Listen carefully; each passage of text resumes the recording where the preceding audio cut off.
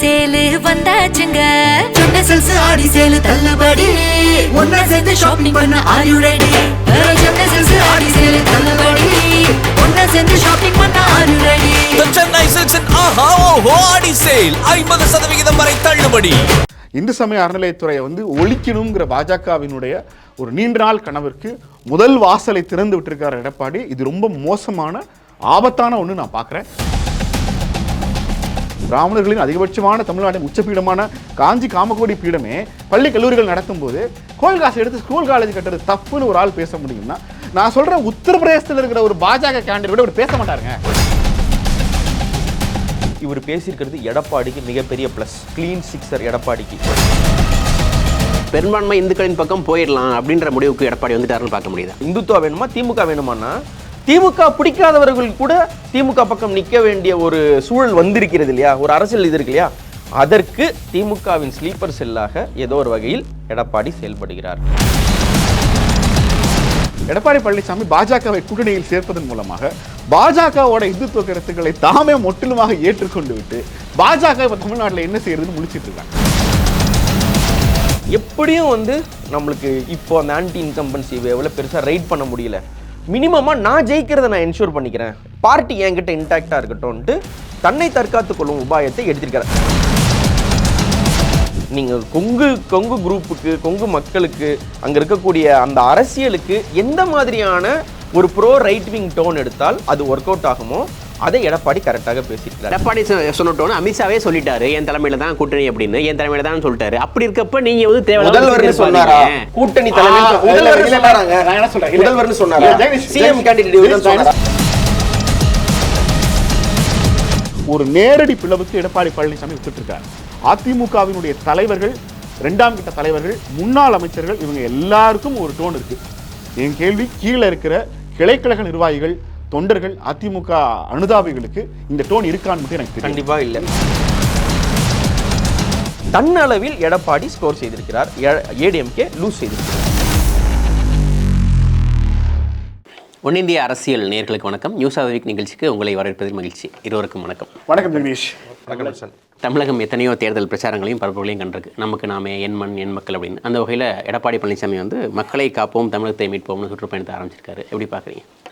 ஒரு தேர்தலுக்கு ஒரு வருடத்திற்கு முன்பாக ஒரு எதிர்க்கட்சி தலைவர் பிரச்சாரத்தை தொடங்கி சூறாவளி பிரச்சாரமாக அதை மாற்றி, பிரம்மாண்டமான பிரச்சாரமாக அதை மாற்றி ஆட்சியை பிடித்த வரலாறு ஜெயலலிதாவுக்கு உண்டு. ஆனால் தேர்தலுக்கு ஒரு வருடத்திற்கு முன்பாக பயணத்தை தொடங்குகிற எல்லோரும் அந்த இடத்துக்கு போய் சேருவாங்களா அப்படிங்கிறது எனக்கு தெரியலை. ஆனால் ஒரு எதிர்க்கட்சியாக தமிழகத்தை மீட்போம் அப்படிங்கிற புள்ளியிலிருந்து பயணத்தை தொடங்கி இருக்கிறதுக்கு முதல்ல எதிர்க்கட்சி தலைவருக்கு வாழ்த்துக்கள், நம்ம வாழ்த்துக்கள். ஆனால் அது ஆளுங்கட்சிக்கு ஷாக் கொடுத்துருக்கணும். அடடா எடப்பாடி இப்படி கிளம்பி வந்துட்டாரே அப்படின்னு. ஆனால் அது நமக்கு ஷாக்காக இருக்குது. ஏன்னா ஒரு பிரச்சாரத்தை தொடங்குகிற போது அந்த பிரச்சாரத்தோட இலக்கு என்ன, நம்ம என்ன பேச போகிறோம் அப்படின்னு. தேர்தல் கூட்டணிகள் பற்றி நாம் இதுக்கு முன்னாடி பேசின நியூஸ் ஆஃப் த வீக்கில் அதிமுகவை பாஜக தன் கைப்பிடிக்குள் வைத்திருக்கிறது, அவங்க சென்னா பின்னமாக்காமல் விடமாட்டாங்க அப்படின்னு சொல்லிகிட்டு இருந்தாங்க. எடப்பாடி ஒரு விக்டிம் கார்டு, ஐயோ பாவம் என்ன பண்ணுறதுனே தெரில, துப்பாக்கி முனையில் மிரட்டி ஒரு கூட்டணியை வச்சுட்டாங்களோன்னு நமக்கு சந்தேகமெல்லாம் இருந்தது. நீங்கள் அப்படியெல்லாம் சந்தேகப்படவே வேண்டாம் அப்படிங்கிற மாதிரி நமக்கு ஒரு தெளிவை கொடுத்துருக்கிறாரு அதிமுக பொதுச் செயலாளர். கோயம்புத்தூரில் போய் என்ன பேசியிருக்கிறாரு, இந்து சமய அறநிலையத்துறை நிதியிலிருந்து பள்ளி கல்லூரிகள் எடுத்து கட்டுறது சதிச்செயல்னு பேசியிருக்காரு. அதிமுகவினர் நமக்கு கிளாரிட்டி கொடுக்குறாங்க. அவர் கல்லூரி கட்ட வேணாம்னு சொல்லலை, இந்து சமய அறநிலையத்துறை கட்டாதீங்க. முதல்ல இதுவே ஒரு பெரிய தவறான வாதம். கர்நாடகாவில் இருக்கிற 70-80% மடங்கள், மக்களோட காணிக்கையை வாங்குகிற மடங்கள், ஒரு மொத்த மடங்களில் ஒரு 70% மடங்கள் பள்ளி கல்லூரிகள் நடத்துகிறாங்க. திருப்பதி தேவஸ்தானம் நடத்துது. இது இன்னும் சொல்லப்போனால் எம்ஜிஆர் ஆட்சி காலத்தில், காங்கிரஸ் ஆட்சி இன்னும் சொல்லப்போனால் இந்தியா முழுக்க இந்து கோயில்கள், மடங்கள், பள்ளி கல்லூரிகள் நடத்துகிறாங்க, மருத்துவமனைகள் நடத்துகிறாங்க, காது கேளாததற்கான, பார்வையற்றோருக்கான சிறப்பு பள்ளி நடத்துகிறாங்க, சித்தா யோக பயிற்சி வகுப்புகள் நடத்துகிறாங்க. இது எல்லாமே ஒரு கல்வி கொடுக்கறதுங்கிறது ஒரு ஆன்மீக பணிங்கிற அடிப்படையில் தான் செய்கிறாங்க. இந்து சமய அறநிலையத்துறை தனது நிதியை பயன்படுத்தி கல்லூரிகளுக்கு கட்டுற கேஸ் வந்தபோது அஃபிடவிட்டில் தமிழக அரசு இதை மென்ஷன் பண்ணுறாங்க. என்ன சொல்கிறாங்கன்னா, இந்து சமய அறநிலையத்துறையின் கீழ் இயங்கும் அந்த நிதியை கொண்டு இந்து மதத்திலிருந்து மாணவர்கள், இந்து மதத்திலிருந்து ஆசிரியர்கள், அங்கே நியமிக்கப்படுற எல்லாருமே இந்து மதமாக இருக்கணுங்கிறத நாங்கள் என்ஷூர் பண்ணிடுறோம். ஆனால் கல்விங்கிறது வந்து ஆன்மீக பணியில் தான் வருது, டெக்னிக்கல் டேர்மில் அதான் வரையறை அப்படின்னு சொல்லி தான் அனுமதியே வாங்கியிருக்காங்க. இதெல்லாம் ஒரு முதலமைச்சராக இருந்தவருக்கு தெரியும்ல. நான் என்ன நினைக்கிறேன்னா, இந்து சமய அறநிலையத்துறை விட்டு, கோயில்களை விட்டு இந்து சமய அறநிலையத்துறை வெளியேற வேண்டும்னு மதுரை முருகபக்தர்கள் மாநாட்டில் தீர்மானம் போடப்பட்டதை பாஜக கூட இன்னும் ஏற்றுக்கல. எடப்பாடி பழனிசாமி ஏற்றுக்கொண்டு விட்டார்.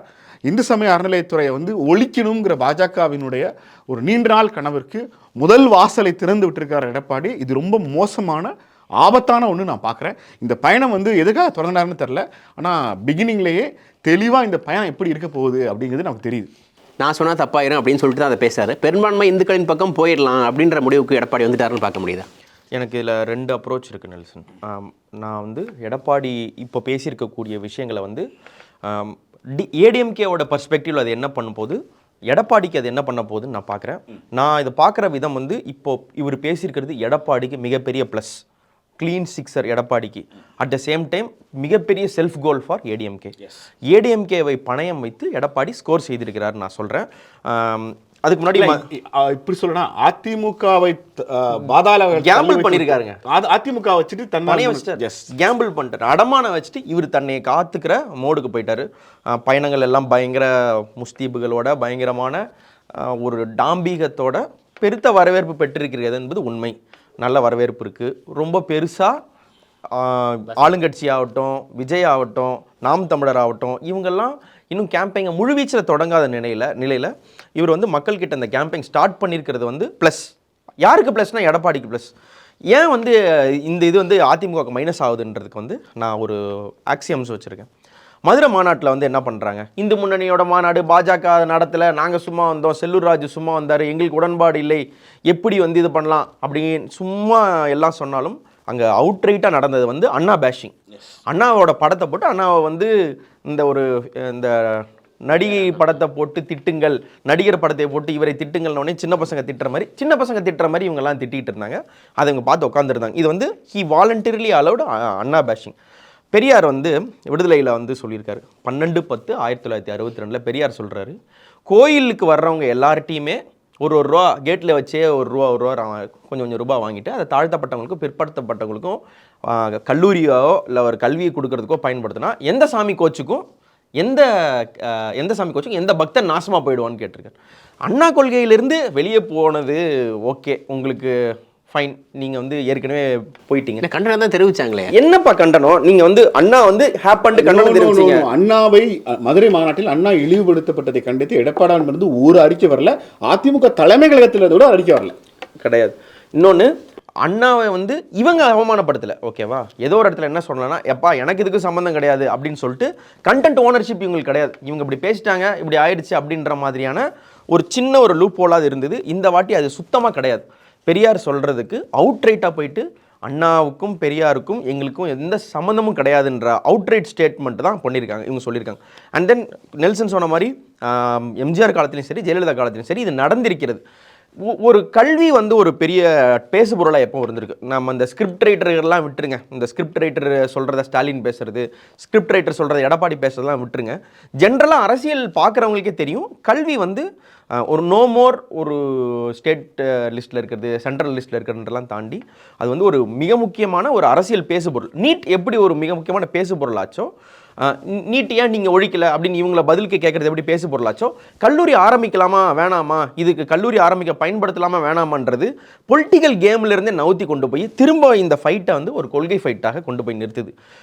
எடப்பாடி ஷுட் ஹவ் நோன், ஒரு பொலிட்டிக்கல் கேமாக நீங்கள் கொண்டு போகிறீங்க, கவர்னன்ஸ் சரியில்லை, நீங்கள் சொன்ன வாக்குறுதிகளை நீங்கள் ஒழுங்காக பண்ணவே இல்லை, நீங்கள் செய்கிறதுல வந்து ரோடு மோசமாக இருக்குது, மாநகராட்சி கவுன்சிலர்கள் அடிச்சுக்கிறாங்க, லஞ்சம் தலை விரிச்சு ஆடுது, பத்திரப்பதிவில் மோசடி நடக்குது, மருத்துவத்துறையில் மோசடி நடக்குது, இந்த மாதிரி ஏதாவது எக்ஸிஸ்டிங் கவர்னன்ஸ் பற்றி உங்களுடைய குறைகளை எடுத்து நீங்கள் இவங்களோட குறைகளை எடுத்து அவர் சொல்லும் பொழுது ஒரு ட்ராக்ஷன் கிடைக்கும். ஆனால் இப்போ அவர் என்ன பண்ணிட்டாரு, இந்த கேமை மொத்தமாக கொள்கை கேமாக கொண்டு போகிறார். இப்போது திமுக அரசு மேலே பயங்கர கடுப்பில் இருக்குது, எனக்கு சுத்தமாக பிடிக்கல, என்னங்க ஆட்சி பண்ணுறாங்க, ஒழுங்கு இல்லை, ஸ்டாலின் சரியில்லை, அது இல்லை, வாரிசு அரசியல், இதெல்லாம் சொல்கிறவங்க நீங்கள் இந்த சைடில் வந்து உங்களுக்கு இந்துத்துவா வேணுமா திமுக வேணுமானா, திமுக பிடிக்காதவர்கள் கூட திமுக பக்கம் நிற்க வேண்டிய ஒரு சூழல் வந்திருக்கிறது இல்லையா, ஒரு அரசியல் இது இருக்கு இல்லையா, அதற்கு திமுகவின் ஸ்லீப்பர் செல்லாக ஏதோ ஒரு வகையில் எடப்பாடி செயல்படுகிறார். அந்த வகையில் இது எடப்பாடி அதிமுகவுக்கு செய்யும் துரோகம். ஆனால் இதனோட ஃப்ளிப் சைடுன்னு ஒன்று நான் என்ன பார்க்குறேன்னா, எப்படியும் வந்து நம்மளுக்கு இப்போ அந்த ஆன்டி இன்கம்பன்சி வேவில் பெருசாக ரைட் பண்ண முடியல, மினிமமாக நான் ஜெயிக்கிறத நான் என்ஷூர் பண்ணிக்கிறேன், பார்ட்டி என்கிட்ட இன்டாக்டாக இருக்கட்டும்ன்ட்டு தன்னை தற்காத்து கொள்ளும் உபாயத்தை எடுத்திருக்காரு. எப்படி இது சான்று அப்படின்னா, அவர் நேரடியாக ஆரம்பித்த இடம் வந்து கொங்கு பெல்ட். இது வரைக்கும் வந்து சேலத்தின் மாவட்ட செயலாளர், சேலத்தை விட்டால் மெட்ராஸு, மெட்ராஸை விட்டால் சேலம் அப்படின்னு ஒரு டூ அண்ட் ஃப்ரோ மோடில், பாயிண்ட் டு பாயிண்ட் மோடில் இருந்த எடப்பாடி முதன்முறையாக சேலமெல்லாம் தாண்டி அட்லீஸ்ட் கொங்கு சைடாவது போன்ட்டு தன்னுடைய பயணத்தை ஆரம்பித்திருக்கிறது வந்து அவருக்கு ஒரு ப்ளஸ். ஏன் ப்ளஸ்னால், நீங்கள் கொங்குல போய் என்னங்க பேசுவீங்க? நீங்கள் எஸ்பி வேலுமணி, தங்கமணி இருக்கிற பெல்ட்டில் நீங்கள் போய் என்ன பேசிட முடியும்? நீங்கள் கொங்கு குரூப்புக்கு, கொங்கு மக்களுக்கு, அங்கே இருக்கக்கூடிய அந்த அரசியலுக்கு எந்த மாதிரியான ஒரு ப்ரோ ரைட் விங் டோன் எடுத்தால் அது ஒர்க் அவுட் ஆகுமோ அதை எடப்பாடி கரெக்டாக பேசியிருக்கிறார். என்னென்னா, அங்கே இருக்கிற பிரச்சனை என்னென்னு பார்ப்போம். கொங்குன்னு எடுத்துக்கிறீங்கன்னு வைங்க, செந்தில் பாலாஜி ஒரு பிரச்சனை ஆச்சா, அண்ணாமலை ஒரு பிரச்சனை, அண்ணாமலை அதான் அடுத்த பிரச்சனை, அண்ணாமலை ஒரு மிகப்பெரிய பிரச்சனை. இப்போது இவங்க ரெண்டு பேரும், செந்தில் பாலாஜி, அண்ணாமலை, எடப்பாடி எல்லாரும் ஏறக்குறைய ஒரே கம்யூனிட்டியாக வந்துடுறாங்களா? இப்போ இந்த ரெண்டு பேரையும் ஓவர் கம் பண்ணணும்னா நீங்கள் என்ன பண்ணுவீங்க? அம்மா நாம வாழ்க, அண்ணா நாம வாழ்கன்னு நீங்கள் சொன்னீங்கன்னா எடுபடாது. ஏன்னா நீங்கள் அண்ணாவெல்லாம் அவமானப்படுத்திட்டீங்க பெருசாக. இதில் நீங்கள் வந்து பாஜகவுடைய அந்த ப்ரோ அண்ணாமலை ஃபேன்ஸ்னுடைய உங்களுக்கு ரசிக ஆதரவு வேணும்னா நீங்கள் வந்து பெரியார் இது பண்ணணும். இந்த கோயிலெலாம் வேணுமானா இது நம்மளுக்கு எதிர்பார்க்கவே இல்லையே, எங்கேருந்து திடீர்னு இப்படி ஒரு சப்போர்ட் வருது அப்படின்னு ஒரு பாஜக காரனே திகைக்கும் வண்ணம் இதை வந்து பண்றாரு. அண்ணாமலையே பிடிக்காடி கூட அண்ணாமலை டோன் எடப்பாடி பேச ஆரம்பிச்சிட்டார்ல. இப்போ அண்ணாமலை எனக்கு போலீஸ்ன்றதுக்காக பிடிக்கும்ன்றதை தாண்டி இந்த கோயில்களை விட்டு சேகர்பாபு வெளியேறணும், கோயிலை விட்டு அறநிலைத்துறை வெளியேறணும், கோயிலை விட்டு எல்லாம் போகணும். என்ன ஆகணும்? போனதுக்கப்புறம் அர்ச்சகர் தட்டுக்கே எல்லா காசும் வரணும். இந்த டோன் கொண்ட ஒரு வலதுசாரி அரசியல் வந்து கோவையில் பிரசித்தி. இதை நம்பி இறங்குறாரா? இது எல்லாம் தாண்டி அவருக்கு ஒரு மிக முக்கியமான ஒரு ஆதரவு தொடர்ந்து கிடச்சிக்கிட்டே இருக்குது. வானதி சீனிவாசன், நீங்கள் ஆஃப் லேட் ஒரு 1.5 மாதம் 2 மாதமாக பார்த்தீங்கன்னா, வானதி சீனிவாசன் வந்து உண்மையிலே அவர் ஒரு பாஜகவின் உறுப்பினரா, இல்லை ஒரு அதிமுகவில் வந்து ஒரு செகண்ட் இன் லைன், எடப்பாடிக்கு செகண்ட் இன் லைனாக இருக்காங்களா, அடுத்த இடத்துல வந்து மிக முக்கியமான ஒரு போஸ்டிங் வரப்போகிறாங்களா, எப்படி வந்து தாவேக்காவுக்கு ஒரு ஆதவர்ஜனாவோ அந்த மாதிரி வந்து வானதி அதிமுகவா அப்படின்னு ஷாக் ஆகும் வண்ணம் அவர் எடப்பாடிக்காக பயங்கரமாக பிரச்சாரம் இருக்குது. இப்போ இவங்களுக்குலாம் இந்த பிரச்சனை ஒன்று இருக்குது. இப்போ இவங்களோட சப்போர்ட் வந்து பெருசாக நல்லா கிடைக்கிறது வந்து கொங்கு பெல்ட்டில் இறங்குறாரு. ஸோ மினிமமாக நான் என்ஷூர் பண்ணிக்கிறது எங்கே என்ஷூர் பண்ணிப்பேன்? என்னுடைய மிக மிக நம்பிக்கைக்குரிய தளபதியான எஸ்பி வேலுமணியோட பெல்ட்டில் போயிட்டு நான் இதெல்லாம் பேசிட்டு வந்துடுறேன்னு முடிச்சிடறேன். அடுத்து அவர் தேர்ந்தெடுத்திருக்க இடம் என்னன்னு பார்த்தீங்களா? என்னன்னு சொல்லுங்க பார்ப்போம். விழுப்புரம். ஏன்? சிவி சண்முகம். ஏன்? என்னென்ன ஃபேக்டர் நீங்கள் எடுங்க. சிவி சண்முகம் அடுத்த வேலுமணிக்கு அடுத்து அவருக்கு ஒரு நம்பிக்கைக்குரிய தளபதி, அல்லது உங்களுக்கு வந்து கவுண்டர் சமுதாயம் மாதிரியே ஆன கவுண்டர்னு இன்னும் அழைக்கப்படக்கூடிய வன்னியர் சமுதாயத்தினுடைய சப்போர்ட்டு, வன்னியர்கள் இருக்கக்கூடிய பெருவாரியாக இருக்கக்கூடிய ஏரியா பக்கம் போயிடுவோம். இன்னொன்று நமக்கான மிக முக்கியமான தளபதி அண்ணன் சிவி சண்முகம் இருக்கிறாரு, அங்கே போயிடுவோன்ட்டு அங்கே போகிறார். நம்ம ஜெயிக்கிறதுக்கு வன்னியரோட ஆதரவு வேணும், கண்டிப்பாக வேணும். ஓமலூரில் அவர் வந்து நிற்கிறாங்க. ஒருவேளை மிதுன் பழனிசாமி நின்னால் ஓமலூரில் அவர் ஜெயிப்பதற்கு கவுண்டர் ஆதரவையும் தாண்டி வன்னியர் ஆதரவு வேணும்ன்ற ஒரு ஈக்குவேஷன் வந்து அங்கே இருக்குது. ப்ளஸ் இந்த 10.5% இதனால ஏடிஎம்கேவுக்கு வந்திருக்கக்கூடிய பாமக, அண்ட் தென் பாமக இப்போ இருக்கிறத விட ரொம்ப முன்னாடி இருந்த விட ரொம்ப வீக்காக இருக்காங்க. அடிதடி சண்டை நடந்துட்டு இருக்கு. மாறி மாறி அப்பாவும் பையனும் கேரம் போர்டு ஆடுற மாதிரி நீக்கி விளையாடுறாங்க. இந்த ஈக்குவேஷன் எல்லாம் மனதில் வைத்து அவருக்கு வந்து எனக்கு ஷுவராக இருக்கக்கூடிய, எனக்கு சாதகமாக இருக்கக்கூடிய பிச்சில் நான் ஃபஸ்ட்டு கேம்பெயினை ஸ்டார்ட் பண்ணிக்கிறேன். நான் வந்து ஒரு சைசபிளான ஒரு விக்டரி, சைசபிளான என் சமூகத்து ஆட்கள் அல்லது நான் நிறுத்தக்கூடிய ஸ்ட்ராங்கர் ஆட்கள்னு சொல்லி ஒருவேளை ஆட்சி அமையாமல் போனாலும் தன்னை ஸ்ட்ராங்காக்கிக்கக்கூடிய இடங்களான விழுப்புரம், கொங்கு மண்டலத்தில் வந்து டார்கெட் பண்ணி ஆரம்பிச்சிருக்கிறது. It's a good move for Edappadi. இந்த இதை எப்படி பார்க்குறேன்னா, லாஸ் ஃபார் ஏடிஎம்கே, பெரிய லாஸ். கொள்ளைட்டல் அன்வர் ராஜா வந்து பாஜக கால் ஊன்றி விடுமா, பார்த்து விடலாம் அப்படின்னு சொல்லிட்டு இருக்க நேரத்தில் நீ யார் அதெல்லாம் சொல்கிறது, பாஜக என்ன ஊன்றது, நானே கொண்டு வந்து ஊண்டி விடுறேன் பாரு அப்படின்னு சொல்லி பாஜகவுடைய காலை கொண்டு வந்து இந்த இடத்துல நானே பதிய வைப்பேன் அப்படின்ற டோனில் பேசி தன்னை தற்காத்து கொண்டு இது வரைக்கும் அண்ணாமலை பேசிகிட்டு இருந்த டோனுக்கும் போயிட்டு கொங்கு பகுதியில் இருக்கக்கூடிய தளபதிகளுடைய ஆதரவையும் வாங்கி கொண்டு சிவி சண்முகத்துக்கு ஒரு ஃபேஸும் இதனால் கிடைக்குது. இதையும் பண்ணிட்டு தன்னளவில் எடப்பாடி ஸ்கோர் செய்திருக்கிறார், ஏடிஎம்கே லூஸ் செய்திருக்கிறது. எடப்பாடி பழனிசாமி என்ன சொல்றாருன்னா பாஜகவோட ஏன் கூட்டணி வச்சிங்கன்னு கேட்குறாங்க. நான் வந்து ஓட்டை வந்து சிந்தாமல் சிதறாமல் பெறதுக்காக தான் கூட்டணி வச்சிருக்கேன் அப்படின்றாரு. ப்ளஸ் வந்து அதிமுகவும் பாஜகவும் இணக்கம் இல்லை, கூட்டணி ஆட்சி இல்லைன்ற பஞ்சாயத்து பிரிக்கணையில் வானதி சீனிவாசனும் நயினார் நாகேந்திரனும் வருங்கால முதலமைச்சரே, தமிழ்நாட்டின் அடுத்த முதலமைச்சர்னு பேசுகிறாங்க, ரத்தத்தின் ரத்தங்கள்ன்றாங்க, எம்ஜிஆர் பாடலை பாடுறாங்க, அன்பு தங்கை வானதி அப்படின்னு எடப்பாடியும், அன்பு அண்ணன் எடப்பாடி அப்படின்னு வானதியும் சொல்கிறாங்க. கூட்டணியில் ஒரு இணக்கத்தை இது ஒரு வகையில் ஏற்படுத்திருக்குன்னு நினைக்கிறீங்களா அல்லது ஏற்படுத்தும் நினைக்கிறீங்களா? நாம் என்ன கூட்டணி குறித்து பேசிகிட்டு இருந்தோம்னா, எடப்பாடி பழனிசாமிக்கு பாஜக அல்லாத பாஜகலேருந்து வெளில வந்த பிறகு ஒரு புது கூட்டணியை உருவாக்கலாம், விஜய் வரலாம், விசிகா வரலாம், கம்யூனிஸ்டுகள் வரலாம். அப்போ பாஜக கூட அவருக்கு பிடிக்காமல் பூட்டி வச்சுட்டாங்க போல, ரூமில் விட்டுட்டு வெளில வர முடியாது அப்படின்னு நம்ம சொல்லிட்டு இருந்தோம். ஆனால் இதோட ஃப்ளிப் சைடு என்னவா இருந்திருக்குன்னா, பாஜக கூட்டணியை எடப்பாடி பழனிசாமி விரும்பி ஏற்றிருக்கிறார். அதான் உண்மை. இதில் வந்து பெரிய குளறுபடிலாம் இல்லை. முதல்ல சூழ்நிலை கைதியெல்லாம் கிடையாது. ட்ரையல் பார்த்துட்டு ஒரு வழி ட்ரையல் பார்க்கறதுல வந்து நீங்கள் நான் கமிட்மெண்ட்டாக பார்ப்பீங்க. இதில் வந்து நான் கமிட்மெண்ட் இல்லை. நான் சொல்கிறேன், இப்போது அண்மையில் ஒரு தொலைக்காட்சி விவாதத்தில் அரசியல் ஆய்வாளர் நான் பெருமாள்மணி என்ன சொல்லியிருந்தாருன்னா, அதிமுக பாஜக கூட்டணியை ஏன் கூட்டணியில் வைத்திருக்கிறதுனா, பாஜகவோட தீவிர இந்துத்துவ கருத்துக்கள் தமிழ்நாட்டில் வளர விடாமல் பாஜக அணை போட்டு கூட இருந்தே பாஜகவோட கொள்கைகளை நீர்த்து போக செய்யும். அது ஒரு அரசியல் உத்தி, உறவாடி கெடுத்தல்னு வைங்களேன். கூட்டணியில் தான் இருக்க, ஆனால் என்னுடைய கட்டுப்பாட்டுக்குள் இருப்பாய், உன்னுடைய கருத்துக்களை அவ்வளோ வீரியமாக சொல்லிட முடியாதுன்னு. ஆனா இப்ப அந்த சிவபெருமான் எப்படி வந்து ஆழகாலத்தில் தொண்டையில நிறுத்தினாரோ அந்த மாதிரி இவங்க வந்து நிறுத்தி காத்திருக்காங்க. அப்படிதான் நான் நினைச்சேன்.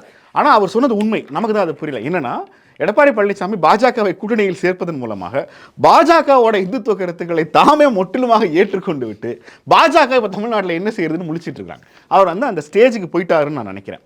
ஏன்னா இந்த 2-3 நாள் பயணத்தில் பேசப்பட்ட விஷயங்கள்லாம் நீங்கள் தொகுத்து பார்த்தீங்கன்னா, கோயம்புத்தூரில் ஒரு பாஜக ஆதரவு மாவட்ட செயலாளர் அண்ணன் அண்ணாமலைக்கோ அண்ணன் நயினார் நாகேந்திரக்கோ எழுதி அக்கா வானதி சீனிவாசனுக்கோ என்ன எழுதி கொடுப்பாங்களோ அந்த ஸ்கிரிப்டோட ஒரு காப்பியை எடப்பாடி பழனிசாமி கொடுக்குறாங்க. நான் சொன்னது ஓவரா ஆட் பண்றேன். எஸ்டி சூர்யா போட்டிருந்தாங்க. எஸ்டி சூர்யாவுடைய போஸ்ட் வந்து என்ன போட்டிருக்காரோ அதை எடுத்து இங்க போட்டிருக்காரு. இதுல இன்னொரு மேட்ரு என்னன்னா, எஸ்டி சூர்யா வந்து திருக்கோவிலூரை சேர்ந்தவர். அவரும் இப்போ அடுத்து பயணம் பண்ணக்கூடிய இந்த விழுப்புரம் பெல்ட்டு. ஸோ அதனால் வந்து இன்னும் நல்லா எஸ்டி சூர்யாவோட கண்டென்ட்ஸ் இங்கே நல்லா ஆர்டிகுலேட் ஆகும்னு நினைக்கிறேன். கிட்டத்தட்ட வந்து ஒரு அண்ணாமலையினுடைய இழப்பு வந்து பாஜகவுக்கு தெரியாத அளவுக்கு அண்ணாமலை போனால் என்ன, நான் இருக்கேன் இல்லை அப்படின்ட்டு அண்ணாமலையின் இடத்தில் அண்ணன் எடப்பாடி வந்து இறங்கியிருக்கிறாருன்னு வந்து நெல்சன் சொல்றாங்க. இந்த முருகபக்தர்கள் மாநாட்டில் வந்து அதிமுக அப்படி பண்ணலாமான்னு கேள்வி கேட்ட பிறகு எடப்பாடி யோசிச்சிருக்கலாம், அடுத்து பாஜக இது மாதிரி 100 செய்ய போகிறாங்க, ஒவ்வொன்றுக்கும் நான் வந்து தீ குளிச்சுக்கிட்டு கற்பை நிரூபிச்சுட்டே இருக்க முடியாது, அதனால் ஒரு முடிவுக்கு வந்துடுவான்னு அவருடைய அதாவது பொதுவாக என்ன சொல்லுவாங்கன்னா அரசியலில், உங்கள் அதிகாரத்தை நேர் செய்யணும்னா உங்கள் அதிகாரத்தில் இருக்கிற ஆட்களோடு மோதுன்னு. முதலமைச்சர் ஸ்டாலினை எதிர்த்து பேச வேண்டியவர் திருமாவளவன் வம்புக்கு இழுக்கிறார். என்ன ஒரு முடிவுக்கு வந்திருக்கிறார் எடப்பாடி பழனிசாமினா, யாரும் வரமாட்டாங்க, திமுக கையில் எடுக்க முடியாத பாஜகவுக்கு மட்டுமே சொந்தம்னு நினைச்சிட்டு இருக்கிற ஒரு மென் இந்துத்துவ டோனுக்கு நம்ம போயிடுவோம். ஒரு தீவிர தலித் கிட்டத்தட்ட ஒரு நான் தலித் மூவ்மெண்ட், ஒரு விசிகா உள்ளிட்ட தலித் அரசியல் கட்சிகளை இல்லை தலித் அமைப்புகளின் ஓட்டுகளை வெறுக்கிற ஒரு சாதி இந்துக்கள் கூட்டம் இருக்குல்ல, ஒரு ஆன்டி கம்யூனிஸ்ட், ஆன்டி தலித்ஸ், ஒரு ப்ரோ ஹிந்துத்துவா, சாஃப்ட் இந்துத்துவா ஓட்ஸை என்ஷூர் இது அதிமுகவுக்கு ஒவ்வாதாங்கிறதெல்லாம் பிரச்சனை. இதை என்ஷூர் பண்ணுறது மூலமாக கொங்கு மண்டலத்தில் 2021 கிடைத்த வெற்றியை குறைந்தபட்சமாக தக்க வைத்துக் கொள்ள முடியும்னு அவர் ஒரு முடிவு கொண்டார். சவுத்துல இருந்து நீங்க ஆரம்பிச்சிருந்தாருன்னா அவர் வந்து தனது அரசியல் பயணத்தை சேலஞ்ச் பண்றாரு நம்பியிருக்கலாம். சவுத்துல இருந்து ஆரம்பிச்சு நான் வந்து ராமநாதபுரத்துல இருந்து ஆரம்பிக்கிறேன், தேனில இருந்து ஆரம்பிச்சிருந்தாருன்னா ஹி சோ சீரியஸ் ஆன் 2026 நம்ம நம்பியிருக்கலாம். கிட்டத்தட்ட பாஜகவின் ஒரு அங்கீகரிக்கப்படாத தலைவராகவே எடப்பாடி பழனிசாமி பேச ஆரம்பிச்சிருக்காரு. எல்லா இடத்துக்கும் போகதானே போறாரு. இன்னொன்னு அவரோட டோனும் பாத்தீங்கன்னா, திரும்ப சொல்றேன், இது வார்த்தைகள்ல இல்ல. இப்போ நமக்கு ஒரு காஞ்சி சங்கர மடம், அவங்க ஸ்கூல் நடத்துறாங்க, காலேஜ் நடத்துறாங்க, ஹாஸ்பிட்டல் நடத்துறாங்க, அவங்களுக்கு தெரியாதா கோயில் காசு எடுத்து இதெல்லாம் பண்ணலாமான்னு?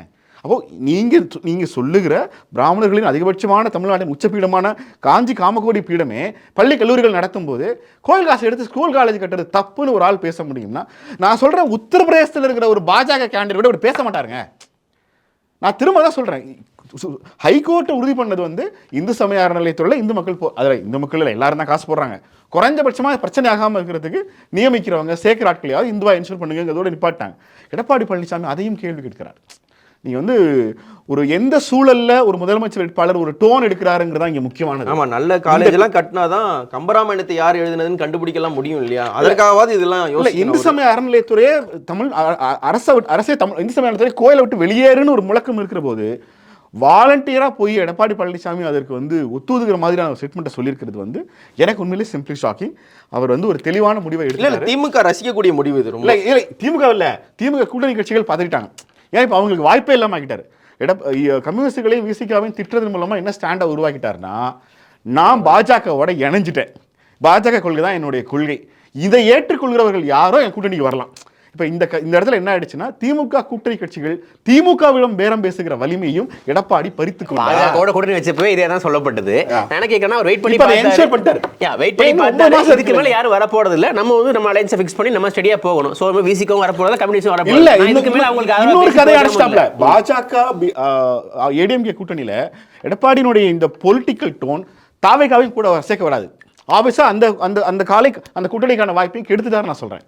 இதெல்லாம் கெடுத்தது எல்லாருமே. விஜய் வந்து அதுக்கு முன்னாடி நான் தான் முதலமைச்சர் வேட்பாளர், என் தலைமையில தான் கூட்டணி அப்படின்னு சொல்லிட்டாரு. சோ விஜய் வந்து ஆல்ரெடி டோரை க்ளோஸ் பண்ணிட்டாரு. விசிகாவும் கம்யூனிஸ்டும் அவங்க வர மாதிரி தெரியல. இவரும் பொறுத்து பார்த்தாரு, இதுக்கு மேல யாரும் சேரதால இருக்க அலையன்ஸா நம்ம எஸ்டாப்ளிஷ் பண்ணி ஆகணும். அதுக்கு நம்ம என்ன டோன் எடுக்கணுமோ எடுக்கணும் அப்படின்னு முடிவு.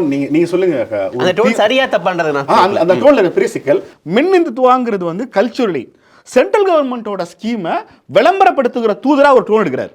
இது எப்படி இருக்குன்னா, ஒரு தமிழ்நாடு அரசு தனக்கு வர வேண்டிய நிதியை வரவிடாமல் ஒன்றிய அரசு தடுக்கிறாங்கன்னு குற்றம் சுமத்தி கொண்டிருக்கிற போது, ஒன்றிய அரசை பாராட்டுகிற மத்திய அரசு திட்டங்களை இங்கே செயல்படுத்தணும்னு பேசுகிற டோன் இருக்குல்ல. நான் சொல்கிறேன், பிஜேபியை தமிழ்நாட்டில் வளர விடக்கூடாது. என்ன பண்ணுறது, நானே பிஜேபி ஆகிறதுன்னு முடிவு எடுத்துட்டாங்கன்னா இந்த முடிவு சரியா தப்பா அப்படிங்கிறத நம்ம பார்க்கணும். இல்லை, தாவேக்காவுடைய ரோல் வந்து கண்டிப்பாக பெருசாக இருக்குது. இப்போது தாவேக்கான கேட்டை மூடிட்டாரு அப்படின்றது வந்து கிட்டத்தட்ட இப்போது இது ஃபார்ஃபெட்ச்டாக இருக்கலாம். தாவேக்காவை நாம் தமிழரையும் ரொம்ப டிஸ்டன்ஸ்லேருந்து கொஞ்சம் கிட்ட நகர்த்தும் நான் நம்புகிறேன். இவங்க எடுத்துருக்கக்கூடிய தாவேக்காவை நாம் தமிழரையும் இதை வந்து கிட்ட கொண்டு வரும் நான் நிச்சயமாக நம்புகிறேன். தொடர்ந்து இந்த எல்லா டிஸ்கோர்சஸ்லேயும் வந்து நான் ஒரு முக்கியமான விஷயம் வந்து நான் அப்சர்வ் பண்ணுறேன். இதில் நான் பதிவு பண்ணணும்னு நினைக்கிறது வந்து, எல்லா ஈக்குவேஷன்லையும் எல்லா பேசுகிற இடத்துலையும் வந்து வேண்டா வெறுப்பாகவோ அல்லது வலிந்து திணிக்கப்பட்டோ திமுக அதிமுக அடுத்து விஜய் கொண்டு வரப்பட்டு கொண்டே இருக்கிறார். நீங்கள் 8% ஓட் பர்சன்டேஜை ப்ரூவ் பண்ண நாம் தமிழருக்கு அடுத்து தான் நீங்கள் விஜயை வைக்க வேண்டும். அது வாங்க போகிற வாக்குகள், don't count your chickens before they hatch, அந்த மாதிரி அவங்க வாங்க போகிற ஓட்டுகள்னு சொல்லி நீங்கள் சொல்ல முடியாது. வாங்கி இருக்கக்கூடிய நாம் தமிழரை வந்து ரொம்ப ஒரு முக்கியமான ஒரு ஃபேக்டர் இதில் ப்ளே பண்ணுறாங்க. அவங்க என்ன மாதிரியான கேண்டிடேட்ஸ் நிறுத்த போகிறாங்கன்றதுல இருக்குது. சொன்னபடியாக இது வரைக்கும் அவங்க அதிமுகவுடனும் திமுகவுடன் எந்த வகையான கூட்டணியும் நேரடியாக வைத்ததில்லை என்னும் பொழுது, இந்த எலெக்ஷன் இப்போ இந்த எடப்பாடியோட இந்த மூவ் வந்து தாவேக்காவையும் நாம் தமிழரையும் ஒருங்கிணைகிற ஒரு பாயிண்ட்டுக்கு கொண்டு போகும் நான் நம்புறேன். இரட்டைமலை சீனிவாசனோட அந்த பிறந்தநாளுக்கு வரப்போ கூட நாங்கள் எப்படி சேர முடியும், பெரியார் விஷயத்தில் விஜயோட கொள்கை என்ன அப்படின்னு அவர் அப்படிதாங்க சொல்வாரு. அவர் அப்படிதான் சொல்வாரு. உள்ளார்ந்த ஒரு பாசம் இருக்கு இல்லைங்களா. அதிமுகவோட கூட்டணி வைக்கிறது, பாஜகவோட கூட்டணி வைக்கிறதுக்கு விஜய் சொல்ல போற காரணங்களை கம்பேர் பண்ணும்போது நாம் தமிழோட இன்னைக்கு அண்ணன் தம்பி நான் இன்னைக்கு அடிச்சுப்போம் கூடிப்போம் அப்படின்னு சொல்லுவாங்க. அவ்வளவுதான். அதெல்லாம் எனக்கு உமா சொல்ற ஒரு சின்ன சேஞ்ச் என்னன்னா, அப்படி விஜயையும் நாம் தமிழரையும் ஒரு சேர கூட்டணியில் அனுமதிக்கிறது வந்து அதிமுகவோட வெற்றியை பெரிய லெவலில் பாதிக்கும். அவங்க 2 பேரும் இப்போ இவங்க 3 பேரும் தனியாக இருந்தால் திமுக பலம்ங்கிறது ஒன்று. ஆனால் இவங்க 2 பேரும் தனித்தனியாக இருந்தாலாவது அதிமுகவுக்கு சில தொகுதிகளை எஜ்ஜிருக்கும்.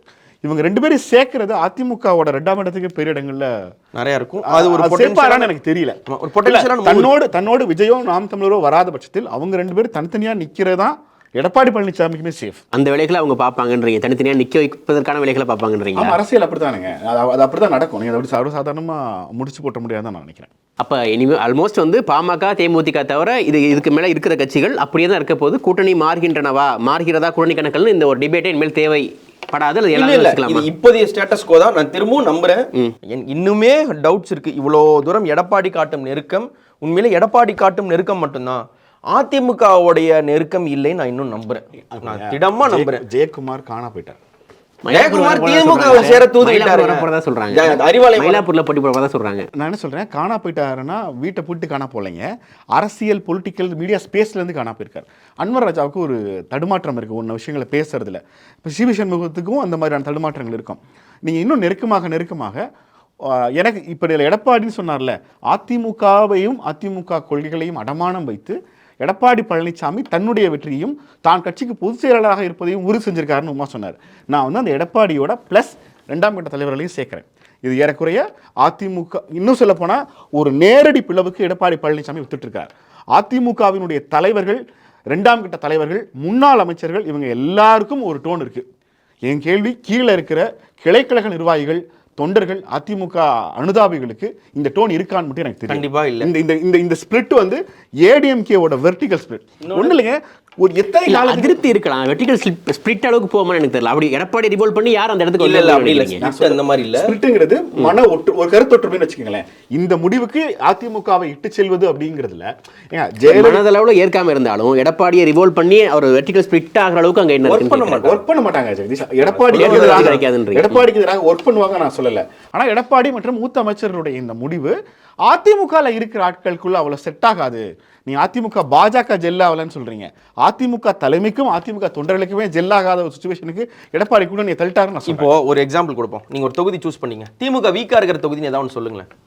ரேண்டமா கோயம்புத்தூர்னு வச்சுக்கோங்க. கோயம்புத்தூர்ல இந்த வாட்டி திமுக வீக்கா இருக்கு, அந்த ஒரு தொகுதியில் வீக்கா இருக்குன்னு வச்சுப்போம். அந்த இடத்துல நான் போட்டி போட்டா நான் ஜெயிச்சிருவேன் அப்படின்னு வந்து ஒரு அதிமுக காரருக்கு என்ன தோணும்? இது ஒரு நல்ல சான்ஸ் தோணுமா? இப்போ அவர் ஒரு வேலை பார்த்து வச்சிருப்பார், அவரை நீக்கிட்டு நீங்க அந்த இடத்துல ஒரு பாஜக காரை வைக்கும் பொழுது you think that will work. அப்போ என்ன பண்ணுவாங்கன்னா, அவர் அதிமுக காரரை நிறுத்தினா திமுகவுக்கு குறைய போகிற ஓட்டுன்றது அங்கே ஒரு பாஜக காரரை நிறுத்தும் போது குறைஞ்சது ஒரு 10-15% ஈஸியாக கூடிரும் எலெக்ஷனுக்கு முன்னாடியே. ஸோ இந்த ஒரு ஒருங்கிணைவு வந்து சாத்தியமாகாதுன்னு வந்து நெல்சன் சொல்ல வர்றார். அதுதான் இதனுடைய ஒரு பாயிண்ட்டு. இன்னொன்று, இது வந்து இந்த ஒட்டுமொத்த மீட்டிங், ஒட்டுமொத்த மக்களை பார்க்கும் பயணம், பஸ் பயணம், இது எல்லாமே வந்து ஏதோ ஒரு வகையில் என்ன பண்ணியிருக்குன்னா நேரடியாக மக்களோட கனெக்ட் ஆகிருக்கு. இவங்க என்ன பண்ணியிருக்காங்க, எடப்பாடி அதிமுக நிர்வாகிகள் கூட கலந்து பேசி இந்த டோன் போகலாமா வேண்டாமா, ஜெயக்குமார் கூடயோ இல்லை அட்லீஸ்ட் அன்வர்ராஜாவையாவது கொஞ்சம் அமைதியாக இருங்க அப்படின்னு சொல்கிற மாதிரியோ, அடுத்து அந்த மேல்மட்ட தலைவர்கள் எல்லாம் அவங்களுக்குள்ள பேசி இதுதான் பாயிண்ட்டு அப்படின்னு போன மாதிரி தெரியல. எடப்பாடி கிட்ட ஒரு அவசரம் தெரியுது. ஏன்னா இன்னும் இவங்க திடீர்னு கூட்டணி ஆட்சின்றாங்க. நயினார் இப்ப சொல்றாரு அடுத்த முதலமைச்சர் எடப்பாடி அவர்களேன்னு சொல்றாரு. ஆனா அமித்ஷா வந்து கூட்டணி ஆட்சின்னு சொல்றாரு. இவங்களே வந்து யார் அச்சராஜா வந்து யார் நாங்க சொல்றோமோ அவங்க தான் முதல்வர் வேட்பாளர்ன்றாங்க. இந்த பிரச்சனையே வேணாம், முதல்ல நாம வந்து ஆஜராகி நான் தான் வேட்பாளர் எஸ்டாப்ளிஷ் பண்ணிடுவோம். இப்போ இவர் சொன்னதுக்கு அப்புறம் மாத்துறதுன்றதுக்கு வந்து ஒரு சின்ன நெருடல் கொடுக்கும். சொல்லிட்டார் அவரே போய் இனிமே எங்க மாத்துறது, பெரிய பின்னடைவு ஆயிடும்னு சொல்லிட்டு பண்ணாம கூட போலாம். அந்த வகையில் அவர் அந்த இடத்துல கூட்டணி ஆட்சியா இல்லையான்றதுல பிரச்சனை இல்ல. யார் முதலமைச்சர் வேட்பாளர்ன்றதுல பிரச்சனை வருமா? எடப்பாடி பழனிசாமி ரொம்ப சிறுபடுத்துறாரு. இல்ல என்ன சொல்றாரு, டெல்லி தான் 2026 அதிமுக கூட்டணி முடிவு செய்யும்னு சொல்லிட்டாரு. இப்ப எடப்பாடி என்ன பயம் வந்துருச்சுன்னா நம்ம வேற பேர எடப்பாடி சொன்ன டோன் அமித்ஷாவே சொல்லிட்டாரு, என் தலைமையில தான் கூட்டணி அப்படின்னு, என் தலைமையில தான் சொல்லிட்டாரு. அப்படி இருக்கப்ப நீங்க வந்து முதல்வர் சொன்னாரா கூட்டணி அப்படின்னு அவர் சொல்லுவாங்க. கூட்டணி தலைமை முதல்வர் சொன்னாங்க. நான் என்ன சொல்றேன், முதல்வர் சொன்னாரா சிஎம் கேண்டிடேட் சொல்றேன். இல்ல நான் எது சொல்றேன், கூட்டணி குறித்து அமித்ஷா பேசின பிறகு நாம் பேசுவது சரியாக இருக்காதுங்கிறது வந்து ஒரு அலையன்ஸ் டெக்கோரம், அது பிரச்சனை இல்லை. ஆனா நீங்க சொல்ற கூட்டணி ஆட்சி இல்லைங்கிறதுக்கும் கூட்டணி ஆட்சி தான் அமித்ஷா சொல்றதுக்கும் அதுக்கு பேர் டிஃபரன்ஸ் ஆஃப் ஒப்பீனியன். நீங்க ஒரு டெக்கோரம் மெயின்டைன் பண்றதுக்காக சொல்றது வேற, நீங்க சொல்றது ஒண்ணு, அமித்ஷா சொல்றது ஒண்ணு. இதுல எது சரின்னு கேட்கும்போது இல்ல என்ன இருந்தாலும் அவர் சொல்லிட்டாரு, அதுக்கப்புறம் நம்ம பேச முடியாது. அதனால என்ன பண்றது, பேச விடுங்கம்மா. ஜெகதீஷ் பேச வேணாங்க, விடுங்க, போதுங்க, நிறைய பேசிட்டார் ஜெகதீஷ், நீங்க பேச வேணாம், கேளுங்க. நீங்க ஒரு அதிமுக உங்களை நினைச்சுக்கோங்க, என்னை ஒரு பாஜகவை நினைச்சுக்கிட்டு நான் சொல்றதை மட்டும் நீங்க இப்ப கேளுங்க. நான் யாரு? நீங்க திமுக. நீங்க திமுக தானங்க, கமெண்ட்லயே சொல்றாங்கல்ல 200 ரூபா ஊப்பின்னு உங்களை. இதற்கு மேல என்னன்னா இப்போ 200 ஓடிட்டு இருக்கியா? இப்போ என்னன்னா இவர் என்ன பண்ணிட்டாரு, அடுத்து யாராவது வேற வேட்பாளர்னு சொல்லிட்டு என்ன பண்றது, இல்ல கொடநாடு வழக்குன்னு ஏதாவது வந்துட்டா என்ன பண்றது, இல்ல இவங்க எல்லாரும் இவங்க சொல்ற மாதிரி இவங்க சைடு சப்போர்ட் எல்லாம் கிடைக்காம போயிட்டா பண்றது, நாமளே கோதால குதிச்சிருவோம், நான் தான் வேட்பாளர்னு சொல்லி குதிச்சிட்டாரு, விச் இஸ் குட் மூவ்.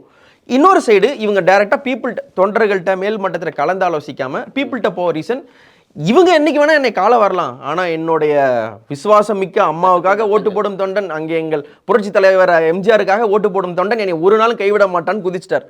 வேற இந்த சைடு என்ன இருக்கு, நேரடியான மக்கள் பணிகள், மக்களோட மீட்டிங்ஸு, மக்களோட இது நிறைய நடக்குது. டிஎம்கே கவர்மெண்ட்டோட இன்ட்ராக்ஷன்ஸ் வந்து டிஎம்கே கவர்மெண்ட்ன்றதை தாண்டி முதல்வர் ஸ்டாலினோட இன்ட்ராக்ஷன் வந்து எக்ஸப்ஷனலி வெல்லாம் நிறைய நடக்குது. ஆனால் இந்த வாட்டி ஒரு நேரடியான எலெக்ஷன் கேம்பெயின், இதுதான் எலெக்ஷன் கேம்பெயின், நேரடி கோதான்றதுல வந்து அவங்க ஒரு கொஞ்சம் பின்தங்கியிருக்காங்க நான் நினைக்கிறேன். நேரடியாக என்ன பண்ணிட்டாங்க, முதல்ல உடன்பிறப்பே வான்னு சொல்லி கட்சி நிர்வாகிகளோட பேசுகிறாங்க, which is also A good move. இவங்களுக்குள்ள நிறைய டிஃப்ரென்ஸ் ஆஃப் ஒப்பீனியன்ஸ் இருக்குது. எங்களுக்கு டெண்டர் கிடைக்கல, ஏன் ஒரு ட்ரான்ஸ்ஃபர் வாங்கினா கூட கட்சிக்காரருக்கு ஒன்றும் கிடைக்கலன்ற பொறுமல் இருக்குது. நிறைய இடத்துல மாவட்ட செயலாளர் மாற்றிருக்காங்க. அதுக்கப்புறம் வந்து கட்சி மறுசீரமைப்பு நிறையா நடந்திருக்கு. ஆமாம், மாவட்ட செயலாளர் அமைச்சரை உட்கார வச்சுக்கிட்டு உங்க வெளிப்படையான கருத்துக்கெல்லாம் சொல்லுங்க. இல்லைங்க, எல்லா நிர்வாகிகளும் சொல்லிடுவாங்க. இல்ல ஏங்க சொல்றாங்க, ஒரு வார பத்திரிகை தலையங்க உடன்பிறப்பே வா வாயை மூடி பேசு. அதெல்லாம் இல்லைங்க, நீங்க வாயை மூடிடுவாங்கலாம் நீங்க நினைக்காதீங்க. நீங்க ரொம்ப நான் சொல்றேன், நீங்க தான் டிஎம்கேவை அண்டர் எஸ்டிமேட் பண்றீங்க. அதாவது அங்க வந்தா அங்க ஒரு ஏடிஎம்கே ஸ்டைல்ல ஜெயலலிதா பார்த்து கப்பு சிப்புன்னு நினைக்கிறீங்க. என்னங்க நேற்று மீட்டிங்ல என்னங்க நடந்துச்சு? மெய்யநாதனுடைய ஆதரவாளர்கள் வந்து நேரு கிட்ட சண்டை போடுறாங்களா இல்லையா? ஆனா வந்து அது ஒரு உரிமை சண்டையோ ஏதோ ஒன்றோ, அது வந்து அமைதியாக போகிற மீட்டிங்ன்றது வந்து ஒரு நாளும் நடக்காது.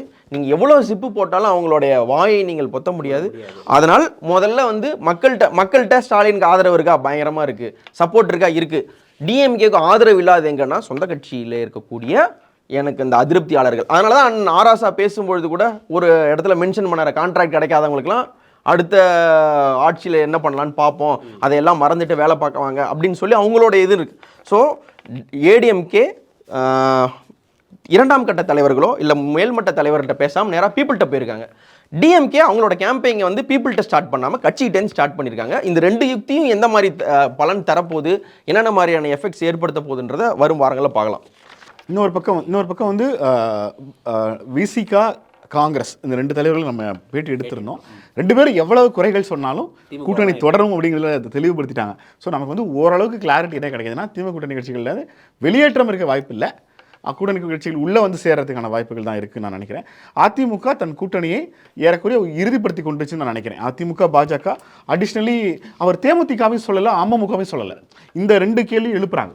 இன்னும் சொல்ல போனால் டிடிவி தினகரன் ரொம்ப பெருந்தன்மையாக இந்த கூட்டணியில் அதிமுக தான் பெரிய கட்சி, அவங்க தலைவர் தான் முதலமைச்சராகவும் இருக்கணும், அவங்க தான் லீட் பண்ணணுங்கிற அளவுக்கு அப்படிங்கிற அளவுக்கு சொன்னார்.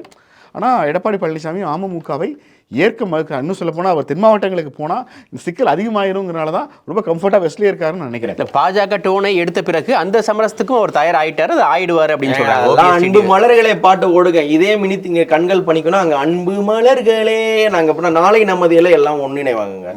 டிசம்பருக்குள்ளார எல்லாருமே ஒன்றிணைவாங்க. எடப்பாடி இந்த முடிவை எடுத்துட்டாருன்னா இல்லை, எனக்கு நான் என்ன சொல்கிறேன், ஒருவேளை பாஜக எடப்பாடி முன்பாக ரெண்டு ஆப்ஷன் வச்சிருக்கலாம். ஒன்று, ஒருங்கிணைந்த அதிமுகவாக ஓபிஎஸ் டிடிவி சசிகலா எல்லோரையும் ஏற்றுக்கொண்டு அதிமுகவுக்கு வலிமையான தலைவராக இருங்கள், அல்லது பாஜக கொள்கைகளை ஏற்றுக்கொண்டு அதிமுக பாஜக கூட்டணியோடு போவோம்னு எடப்பாடி பழனிசாமி ரெண்டாவது ஆப்ஷனை தேர்ந்தெடுத்துக்கிறாருன்னு நான் நினைக்கிறேன். மர்ம காலங்களில் பார்ப்போம். கடைசியாக சொல்ல விரும்பும்போது இட் ஹாஸ் ஆல்வேஸ் விஜய் மேலே உங்களுக்கு ஃபேண்டசி இருக்கலாம், விஜயோடைய வருகை வந்து பெரிய இம்பாக்ட் ஏற்படுத்த போவது உண்மையாக இருக்கலாம். இதில் வந்து திமுக அதிமுகவுக்கு எவ்வளவு முக்கியத்துவம் நாம் கொடுக்கிறோமோ அரசியல் ஆய்வாளர்கள் அனைவரும் நாம் தமிழருக்கு முக்கியத்துவம் கொடுக்க வேண்டும். 8% வாங்கினவங்களை உதாசீனப்படுத்தி பேசி நீங்களாவே விஜய்க்கு ஒரு டெம்போ ஏத்தாதீங்க என்பதை அன்போடு கேட்டு. 3வது இடத்துல நாம் தமிழர் வைங்க, விஜய் கண்டிப்பாக வைக்கணுங்க, வேற யாரும் வைக்க முடியும்? அது வந்து நீங்கள் பொலிட்டிக்கல் ஈக்குவேஷன்ஸ் பேச எல்லாம் நல்லா இருக்கும். ஒரு ஆக்டர்ஸ் வந்தால் அந்த ஃபேன் வார்ஸ்க்கு நல்லா இருக்கும், வரப்போகிறாரா, தாக்கம் ஏற்படுத்த போகிறார், எல்லாம் ஃபைன். அதற்காக 8% வாங்கினவங்களை வந்து புறக்கணிப்பது வந்து தவறு. எனக்கு இதில் உமா சொல்றதுல வந்து ஒரு அடிஷனல் பாயிண்ட் இருக்கு. நம்ம இன்னொரு நியூஸ் ஆஃப் த வீக்ல தாவேகா நாம் தமிழர் இந்த ரெண்டு பேரை பத்தி மட்டும் பேசுவோம். இல்ல அடுத்த நியூஸ் ஆஃப் வீக்ல அதே பேசலாம். ஏன்னா இது ஒரு கேம் என்ன சொல்றாங்கன்னா தாவேகா 3வது இடத்துக்கு வராங்கிறது. ஒரிஜினல் 2026 ரிசல்ட் எப்படி இருக்கும்னு எனக்கு நான் அடிச்சு சொல்றேங்க. கூட்டணி அமையல் என்பதை தாண்டி எனி கிவன் டைம் நான் விஜய் வாங்க போற வாக்குகளை விட அண்ணன் சீமான் அதிக வாக்கு வாங்குவார் நான் திடமாக நம்புகிறேன். அது நான் 100% கட்டமைப்பு கட்சி கட்டமைப்பில் இல்ல கட்சி கட்டமைப்புல திமுக அதிமுகவை போல் ஒரு திராவிடியன் மாடல் உண்மையில் அது உள்ளார இருக்கு. ஒரு திராவிடியன் பார்ட்டிஸ் மாடல் இருக்கு. கட்சி நிலை திராவிடத்துக்கு எதிராக தமிழ் தேசியம் சொல்றேன். இப்போ ஒரு நான் முதல்வன் திட்டம் வச்சுக்கோங்களேன். ஒரு நான் முதல்வன் திட்டம் வருதுன்னா அந்த எக்கோசிஸ்டத்துக்குள்ள ஒரு முதலமைச்சர் ஒரு படித்த பையனை என்னப்பா உனி எப்படிப்பா ஜெயிச்ச அப்படின்னு கேட்பாங்க. ஒரு கல் இறக்கும் திட்டம், நீங்கள் நாம் தமிழர் வீடியோ ஒன்று வருது, ஒருத்தர் 2 வீலரில் போய் பணங்கள் இறக்கி அமெரிக்காவுக்கு எக்ஸ்போர்ட் பண்ணி அடுத்த வாட்டி கார் வாங்கிறார்.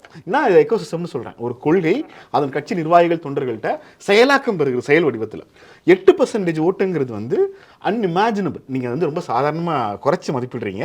இந்த 8% அடுத்த முறை அவர் வாங்குவாராங்கிறது நமக்கு தெரியல. ஆனால் தமிழ்நாட்டின் இப்போது பெரிய கட்சி 3வது பெரிய கட்சி நாம் தமிழர் தான். நமக்கு விஜய் கட்சி பக்கத்தில் வேற சில பிரச்சனைகள்லாம் இன்னொரு எபிசோட்ல பேசுவோம். ஒரு தாவேகா வெர்சஸ் ஒரு நாம் தமிழர் ஸ்வாட் போடலாம். கண்டிப்பா பார்க்கலாம். நன்றி. Subscribe to One India and never miss an update.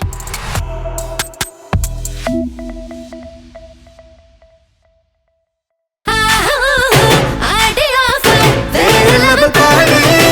Chennai silks Aadi sale தள்ளுபடி. ஒண்ணா சேர்ந்து ஷாப்பிங் பண்ண are you ready? Chennai silks Aadi sale தள்ளுபடி. ஒண்ணா சேர்ந்து ஷாப்பிங் பண்ண are you ready? The Chennai Silks in ஆஹா ஓஹோ ஆடி சேல் 50% வரை தள்ளுபடி.